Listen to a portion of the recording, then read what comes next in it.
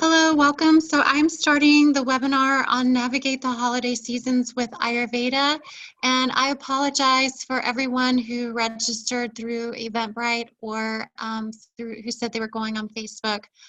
It appears that Eventbrite, it gives the Zoom link right away, but then it was supposed to send a follow-up email with the actual ID for the call. So I will track down the emails for the people who registered and those in Facebook and post this link. I'm gonna upload it to YouTube tonight and share it with you. So my apologies if you didn't get on the call. This was the first time that I tried doing this through Eventbrite, and next time I will try differently. So thanks for showing your interest, and I hope you enjoy this brief call. I was hoping that it would be more interactive so that I could get some ideas of what challenges people face during the holiday season. I have one person on the call, so I'll just see if she'll want to give a little input, and then I'll tell my own personal story of why I thought this would be a great topic for the holiday season. So Stephanie, is there anything that you would like to say about maybe what you experienced through the holidays where Ayurveda might help you? I just feel like the big change in routines is probably the biggest, whether it's, different foods or different schedules or even like sleeping in different places, or if you're staying with family and friends and kind of figuring out how to correlate your schedule with their schedule. And yeah. So will you be traveling through the holidays? I won't for Christmas, but I did for Thanksgiving, and I feel like I could tell like somewhat of a difference. Yeah, so I was going to address a little bit of that about traveling. And so, yeah, so that's great. So yeah, mostly what we experience during the holidays is we may have our own routine through the work week, and then as the holidays ramp up, there's a lot of social events. I know for my schedule, it's booked out all the way up till Christmas Day. So we have something in my family going on. The 21st is the birthday. The 22nd, I have two family functions. The 23rd is a special day that we spend with the kids.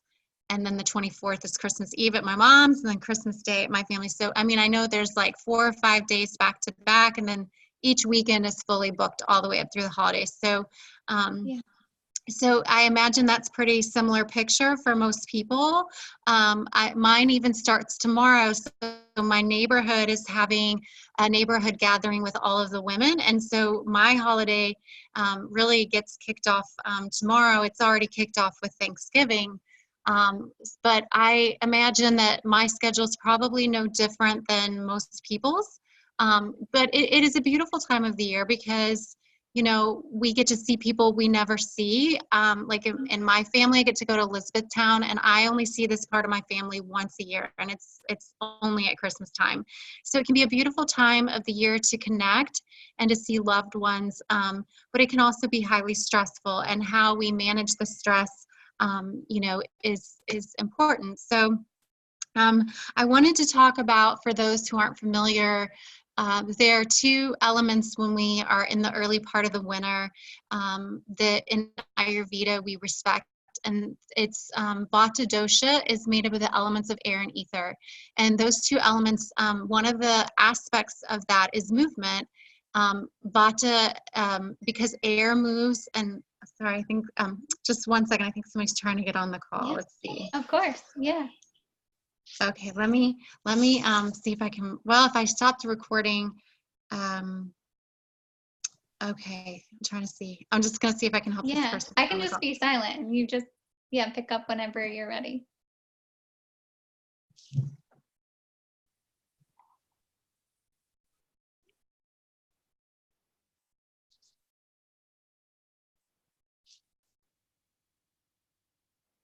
I wonder how I can send it from my phone. Oh gosh. Technology it's a challenge, isn't it? It's not the easiest thing. I'm going to try to join from here on my phone. Oh, that's not right. Okay, I'm going to try one more thing. Send an invitation. Ah, okay, this might work.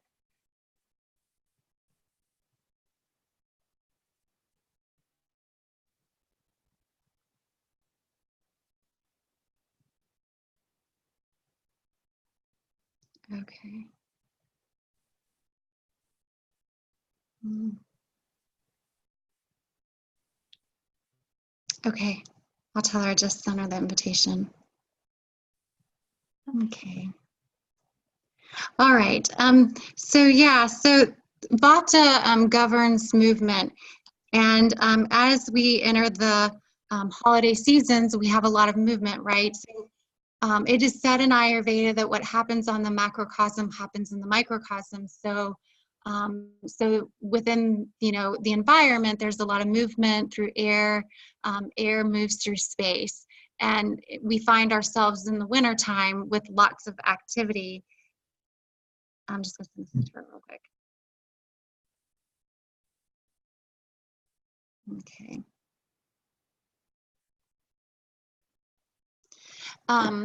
So yeah, these two elements govern what happens in the winter months. And interestingly enough, we find ourselves doing just that. We find ourselves going from party, probably shopping, running to the grocery store, maybe cooking, wrapping gifts, whatever it is that you do during the holiday season. It gets very frantic up through Christmas and even all the way into the new year. But what's interesting is that Vata, as much as it also governs movement within the body, it is also a catabolic energy that can degenerate the body. So it's catabolic and it breaks down the body, it breaks down the tissues of the body. So as we find ourselves doing all of these things, a lot of people find as they enter the new year, we find that sickness is on the rise. People actually, there's statistics that suicide rates go up. We also find, that death rates also go up. Hi, Holly. Can you hear us? Can you hear me? Put your thumb up if you can hear me. I can hear you. Okay, great. So anyway, you can mute if you like. I'm going to talk, and if you have questions or you want to chime in, just let me know. But anyways, so we find that suicide rates go up. We find that depression goes up. We find that death rates go up. So one of the highest death rates of the entire year, and I looked this up today, and it's true, through the Bureau of Statistics, that people die between Christmas and the New Year. And so we have to ask ourselves, why is that? And it was interesting. They weren't quite sure. They weren't sure if it was because of diet change. They weren't sure if it was because, again, I wrote down the three things: stress of the holiday seasons, eating too much, the cold variability, or if they held off with their sickness to die because they wanted to see their family and then they could let go after the holiday season's over. So we see this element of this catabolic energy in ourselves, but we also see it statistically. So we see that all of this frantic energy up through Christmas into the new year, we're expending a lot of energy, and then in the new year, we can be very depleted. And I know, being a mom, after years and years of raising my kids, is that I see, and I saw this right after Halloween. As soon as Halloween was over, all of my kids were coming home saying all of their friends were sick. And I had so many people cancel appointments and right after that. So if you notice, just pay attention right after Christmas or through the new year, you'll see a lot of people coming down with colds and flus right after the holidays. So Ayurveda knew this. They knew that it was a catabolic time. I even spoke about this on the last webinar we had last week about it being a catabolic energy that's even proven through chronobiology. So I'll just bring it back out again. I thought I'd bring it up on this call too. But anyway, during the summer, we have, it's a hormone called mTOR, and that is a building hormone that tells our body to build tissue. So it's anabolic. So during the summer months, our body wants to eat, all the fruits and vegetables and the bounty of the summer, and we are actually creating tissue. And it may not seem that way because we're very active during the summer. But as we enter the winter months, we then have a second hormone called AMPK, and it's actually catabolic hormone, which means our body breaks down. So even though I spoke about this from an Ayurvedic perspective, or just spoke about it from what we see with suicide rates, or what we see with deaths and sickness. We know this to be true now scientifically.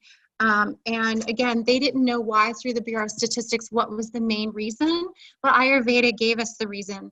The elements of Vata dosha are cold, rough, dry, fluid, lucid, transparent. And so these elements show up in our body, and we spoke about this on the last call about our digestive fire.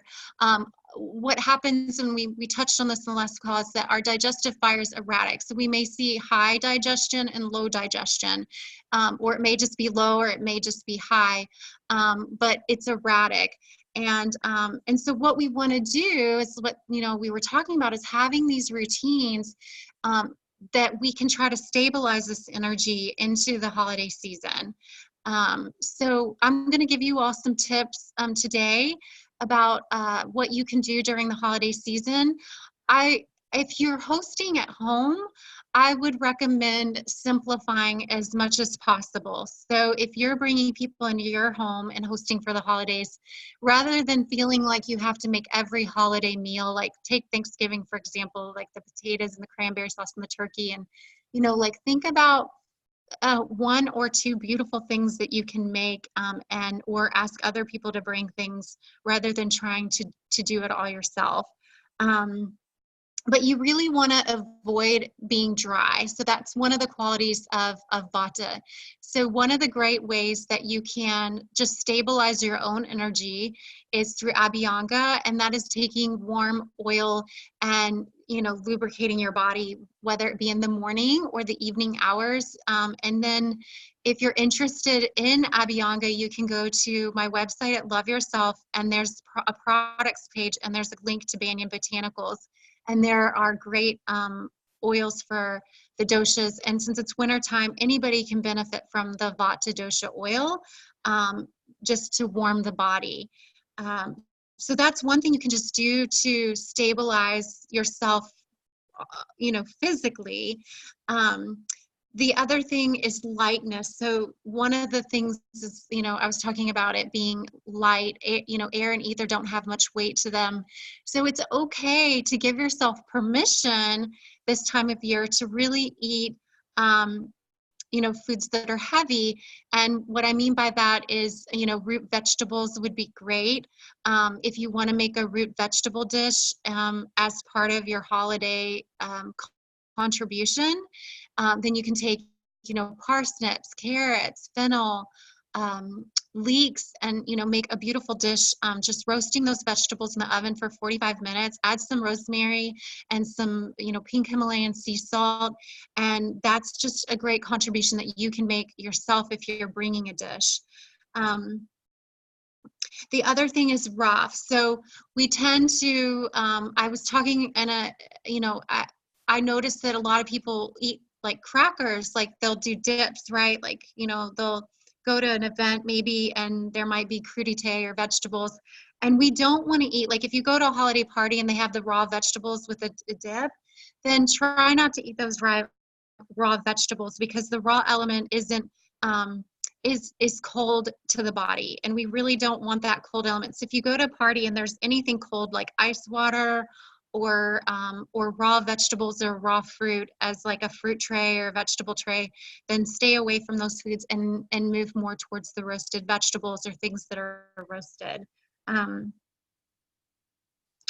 then, just really staying away from processed foods. So the other thing I wanted to talk about on this call is we want to counter the element of air and ether with earth and water.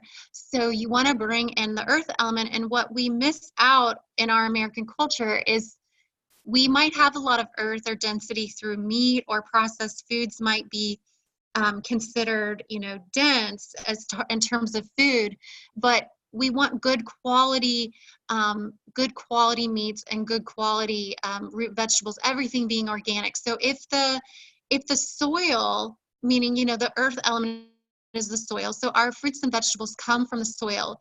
If the soil is depleted and it has no minerals or no nutrients in the soil, then it's not going to fuel our body. We're going to get, I know that from the 80s till today, like 50 to 60% of this of what we receive nutritionally has been depleted. So 50 to 60% of the nutrients we got back in the 80s in our fruits and vegetables aren't there anymore. So you want to make sure that the earth element, where your food came from, is of a good quality, because that's what's going to build the tissues of the body. So think about anything that you can do in the holiday season that you contribute when you bring it to a party or wherever you're going, as having, good organic fruits and vegetables. Because if you've bought it conventional from the grocery store, it's not going to nourish your body with the minerals and the vitamins that you need for your body. And that's the other point, is you may go to a party and there's a lot of things that you don't want to eat, but take what you like and eat from your contribution. So if you're bringing, for example, root vegetables, then make sure you eat that, and maybe you'll try one other thing there, but you don't have to dip into everything, that's at the table. And then just really nourish yourself. Like I went to, a family member's house, and I knew that they didn't buy organic meat. So, I just skipped out on the meat that night because I knew that it wasn't coming from a good source. And so I just was more vegetarian that evening and didn't have the meat that was available. So just, the earth element. And then also, so I mentioned the earth element, but the water element is hydration.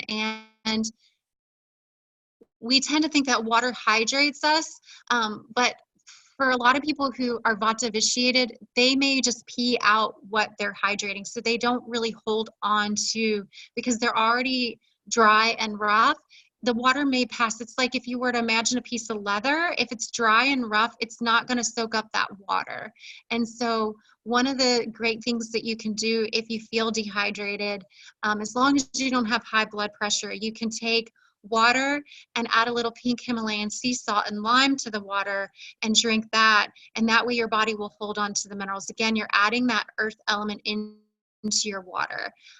As long as you don't have high blood pressure problems, then this will be fine for you. But we tend to, get super dehydrated. I know my skin within the last week, my legs just looked already like a piece of leather. And it's like not even that far into the winter. We haven't even entered January or February yet. So I had to take like copious amounts of oil and shea butter and really hydrate my skin.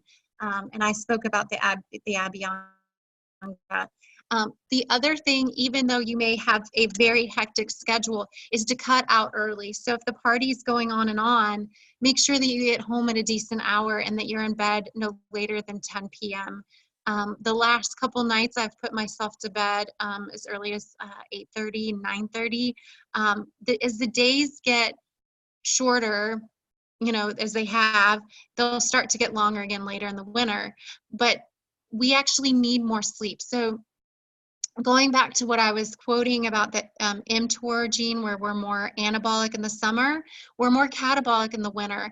Our bodies also need, by design, more sleep within the winter. So you may get by in the summer with 7 or 8 hours of sleep, and you may not need to bump it up to 9 hours or possibly even 10 hours in the winter.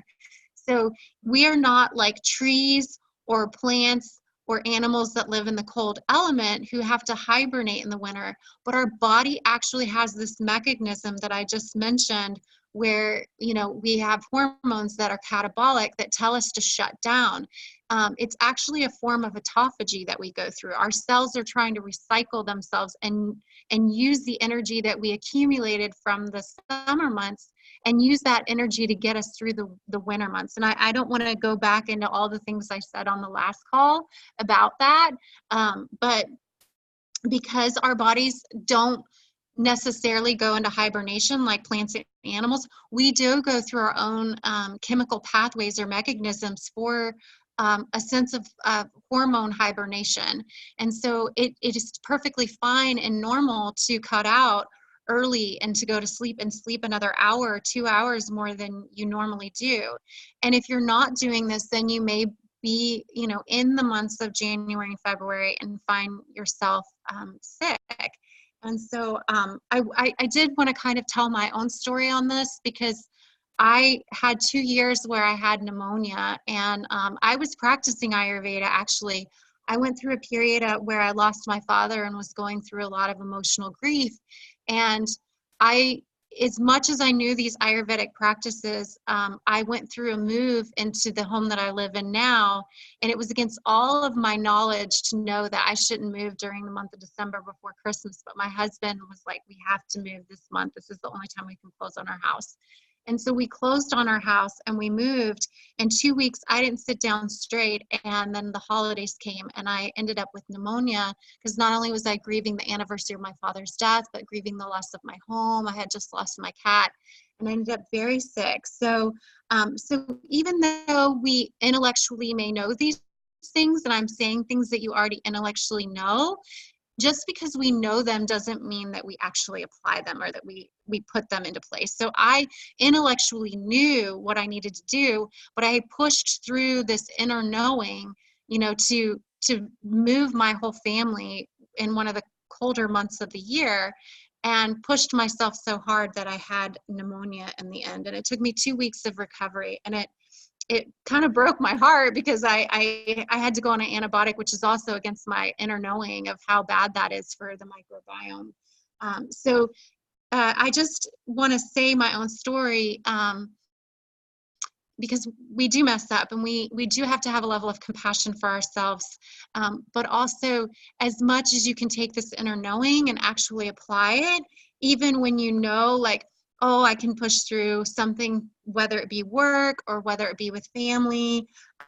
But just try to do these little things like Abhyanga and sleep. Sleep would probably be my number one thing that I would say is the most important, because when there's all this erratic movement, the one thing that the body is very wise, and the one way it knows how to rebuild and detoxify and nourish itself is through sleep.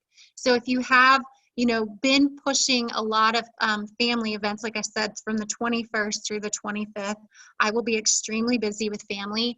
And I will also know to cut out early, to leave Elizabethtown, to say good night to my family before probably everybody else does, and pack up and head home, get the kids to bed, and get and get myself to bed at a decent hour, so that come the next day I have that rejuvenated energy. So if the one thing that you walk away from this call that you can do is sleep. And so go have fun, have a joyful holiday season with your friends and families, but take that element of sleep and let it be the gift that you give yourself to get through such a busy time. The other aspect of what happens with Vata dosha in the fall and winter is insomnia. And so disturbed sleep increases in the winter months. And so even though you may cut out early, you may find that you have erratic sleep. Especially we have a full moon coming up. It's a special full moon in December. And I know for myself, when there's a full moon, I call myself a lunatic, because those are the nights that I have restless sleep. So knowing that the full moon is coming, and that we're going right into the holiday season, take the nights before the full moon and after the full moon to get more sleep, because that light does make us want to stay up longer and have more fun. And again, if you're going to enjoy the new moon and have fun with it, I know there's a lot of full moon activities that you can enjoy, but just be mindful before and after the full moon. Sorry, I just had 2 dogs in the room, to get your sleep. And that will help you more than anything else I can tell you on this call. The other thing I wanted to mention is that Vata dosha accumulates in certain areas of the body. So one of the areas that it accumulates in is the colon. And so this is the time of the year where the colon gets dry. And so again, drinking a lot of tea, warm tea, will help so that the colon doesn't get leathery, like I mentioned. So if it's very hard and dehydrated, then it's going to be harder to eliminate the toxins from all of the food that you're eating. So having some licorice tea is a demulcent, and any demulcent herb or tea will help with elimination. And so because it accumulates, you can take triphala, and again, you can go to my website at at love-yourself.com, click on Banyan Botanicals, and you can order Triphala. And you would take that in the morning with breakfast, and you can take it again in the evening with dinner. So like 1 tablet of Triphala in the morning and 1 tablet of Triphala at dinner, and that will help with any constipation in the colon. So this is the time of the year where constipation increases. If you become constipated, you're more likely to have insomnia at night, because when there's gas and bloating and distension, people don't sleep well because they feel that, or it wakes them up and they have to pass gas. And so Triphala is one thing that you can do to help yourself through the holiday season, especially with digestion, knowing that you may be putting more onto your digestive fire, then that will be helpful. The other thing you can do is take Tulsi, or you can drink holy basil tea, and that will also help with digestion. It's a warming herb, so again, it warms up the body from the inside out. It has a great effect on circulation. So our circulation isn't as good with Vata dosha, so the blood doesn't necessarily move the way it does for Pitta in the summer. So we want to improve circulation in the body when it's really cold.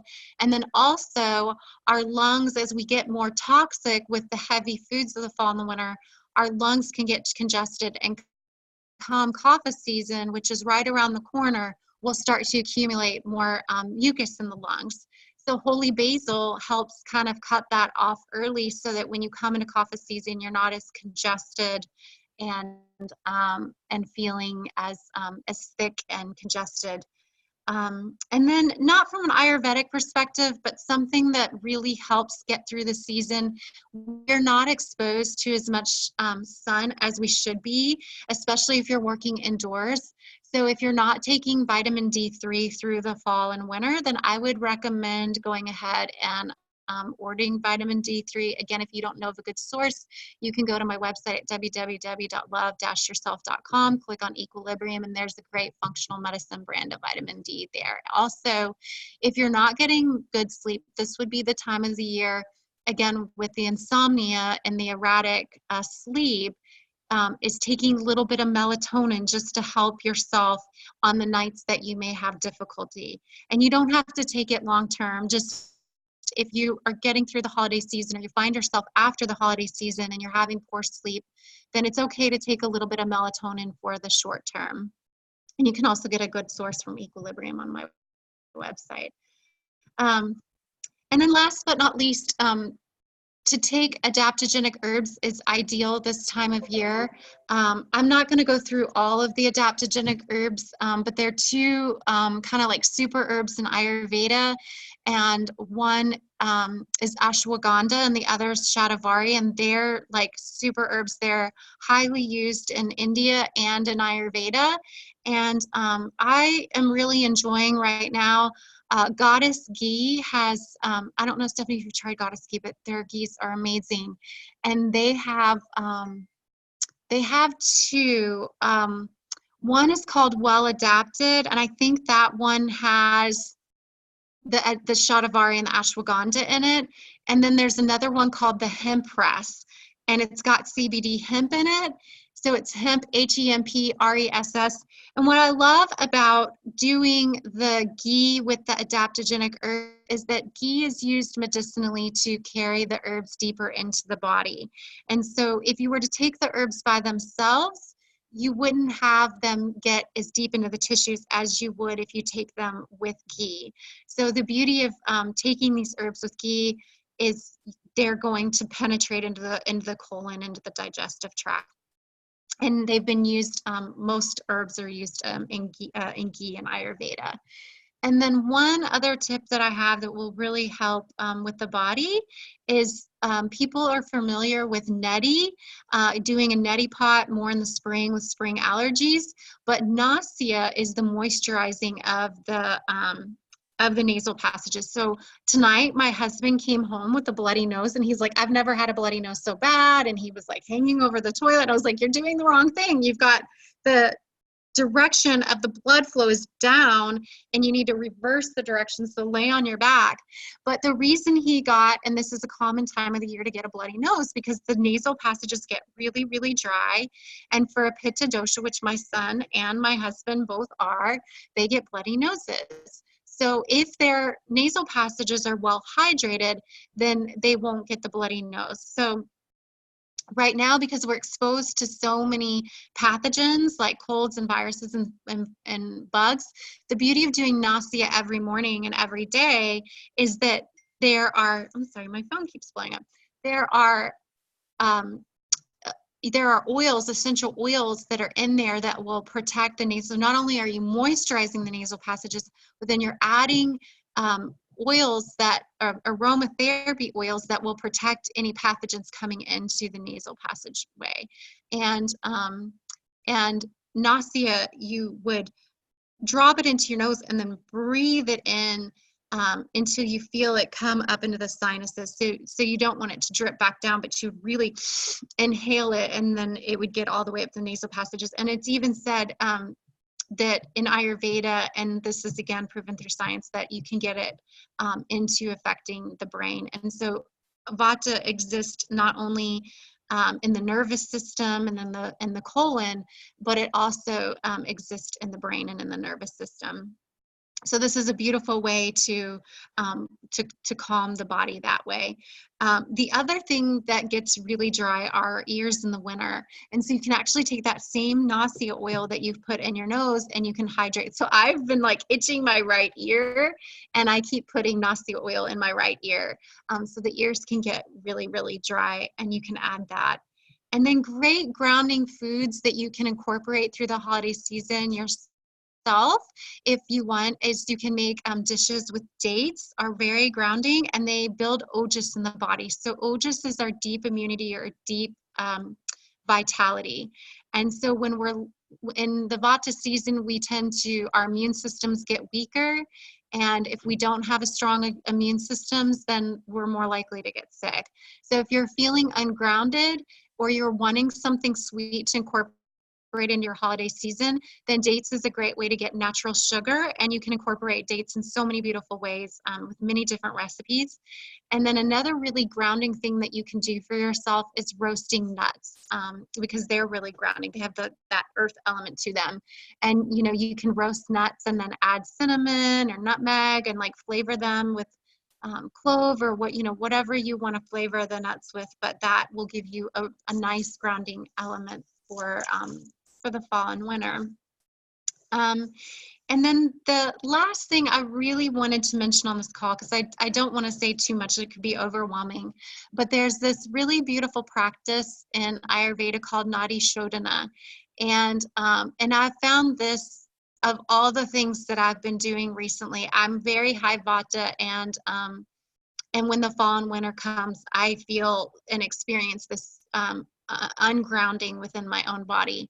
So Nadi Shodhana has been really beneficial for me to calm anxiety and stress and overwhelm, especially, let's say, and this might be one where, you can do all these things when you go, but maybe you got triggered by family, or you were stressed up, because it's not always lovely. It can be stressful to be around certain family members. You may love being with some and not so much others. And so if you're triggered by anyone, or you find yourself feeling a sense of overwhelm or anxiety, or even within the workplace or party or anywhere you have been, the Nadi Shodhana is a beautiful practice to incorporate in the morning and the evening. And it's basically alternate nostril breathing. And Ayurveda and yogic science about pranic was very specific in how we do Nadi Shodhana. So the inhale, and I'll show you, I'm going to demonstrate it. The inhale is for 4. And then once you breathe in totally, you close off one nostril, and I'm going to show you. You hold it for 16 and out for 8. Now you can multiply that or subtract it. So if it's 4, you can go down to 2 instead of 16, 8, and 8, 4. Or you can double it. So you can go from 4 to 8, 16 to 30, 32, and then 8 would be 16. So if you get really advanced, as the yogis did, and the rishis, and they did this because what it does is it's actually quite beautiful. It lowers blood pressure, it lowers anxiety, and it actually, I pulled up an article in 2016.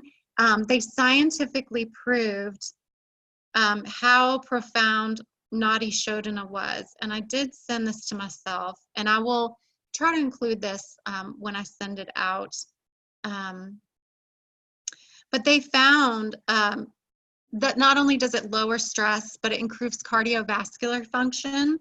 After 12 weeks, they saw this when people practiced it for 30 minutes a day.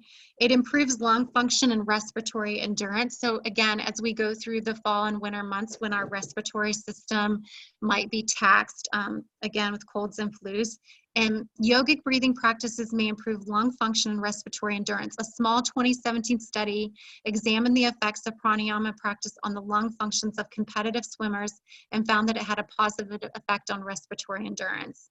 Improved respiratory endurance may also improve athletic performance.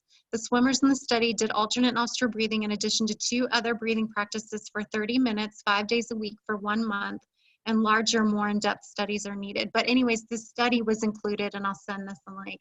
It lowers your heart rate, it lowers your blood pressure, and it promotes well-being. So it's the most profound pranayama practice that lowers anxiety. So it has a real direct effect on blood pressure and on heart rate variability. So essentially, like I said, you would close off, and you can do it either of 2 ways. You can close it off with your pointer and middle finger, or your ring finger and pinky. But I like to use my pointer and ring. You'll breathe in for 4, hold for 16, and then out for 8. And then you'll reverse sides. You'll breathe in for 4, hold for 16, and out for 8. So before we end the call, and then I'll open it up for questions at the end, we're going to do, I don't want to hold you on the call for too long, but we'll do 2 minutes of alternate nostril breathing, okay? So, so go ahead, and you can take you'll put your left hand. Now, if you were doing this in a meditation practice, you would sit in lotus position, and you would put your left hand on your left thigh or your left knee. And then if you're not sitting in lotus position, you're just in a seated position in your chair, you'll put your left hand on your left thigh or left knee seated. And then you'll use your pointer and middle finger to close off your left nostril. So we'll go ahead and close it off. And we'll breathe in for 4. Hold for 16.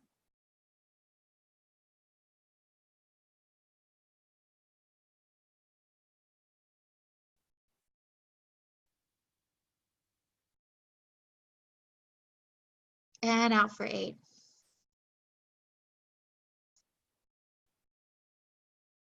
And for 4. Hold.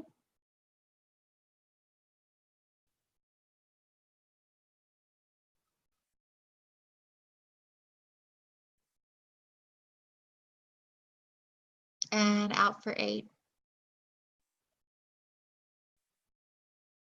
And for 4.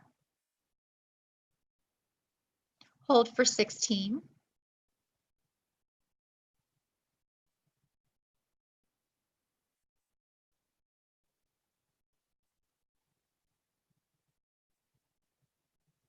And out for 8.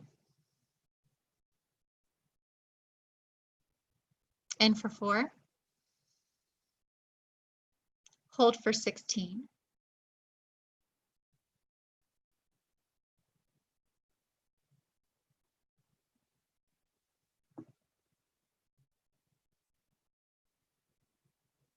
And out for 8. And release. So one of the things you can do with yourself is you can take the timer on your phone. You can check your palm and wrap your finger around and find your pulse. And you can check your beats per minute and count how many beats per minute your pulse is. And then do, several minutes. You can start with 3 minutes of alternate nostril breathing or 5 minutes. If you want to make your way, ideally you would do it for 10. If you're really sitting in meditation and you're used to a meditation practice, then 30 would be beautiful. But in the beginning, it might be hard for the mind to do that. So if you're brand new at this, then you can just do it for 3 or 5 minutes. And then when you're done with the practice, then go ahead and check your pulse again and notice if you've lowered your heart rate. And you can test this on yourself.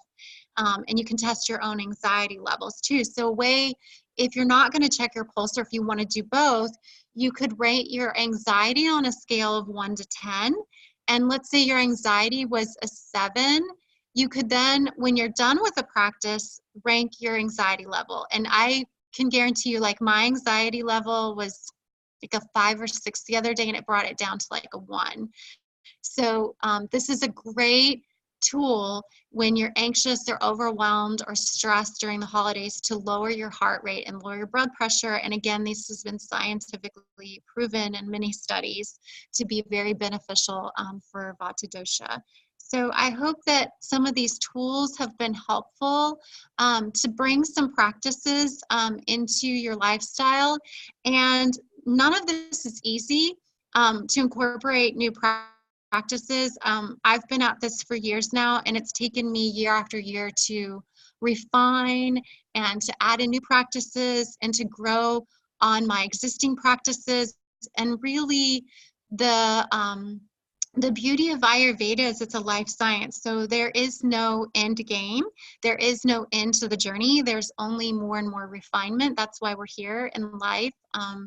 And so if you enjoy what I've said so far, I have Love Your Body is 10 weeks to master many of the different things that I've spoken about on this call and to bring your new year into more mindful living. And then I have a program, Love Your Life, which is for a whole year. And that's to dive deeply into the science of Ayurveda and integrative health and behavioral science and feminine form healing. So if any of this is an interest to you, you can reach out to me. You can join my email list. I would love to speak with you. I will do 15-minute consultation calls if that's of interest. And then the last thing I wanted to say is this Saturday, I will be participating in Saturdays with Spirit. It is at Midpoint Center at 7505 New LaGrange Road, Suite 100. And from 9 to 1, I will be with some other healers offering some products and Ayurveda consultation, 15-minute consultations.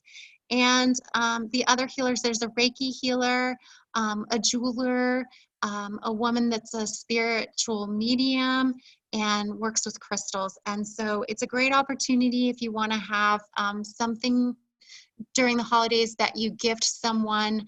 There'll be gift certificates available if you want to do something over the holiday season that's not just consumerism and buying more stuff, but something that you feel would be meaningful for a friend or a family or a loved one.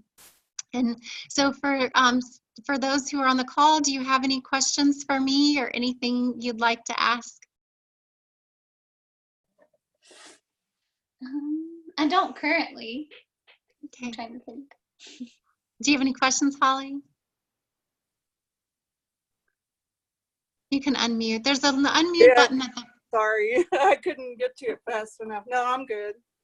Okay. Well, I appreciate you joining the call, and my apologies again to all of the people who tried to get on the call, and the link was quite confusing, and I've learned that posting through Eventbrite isn't the best to Facebook. So I will do the webinar in a new way in the future, and I will gladly send this link out and post it to YouTube for all to hear and share. Thank you so much, and I appreciate you joining the call. Yeah, thanks, Thank Paige. you. Thank Merry you. Have a good evening. Yes, you too. You too. Bye-bye.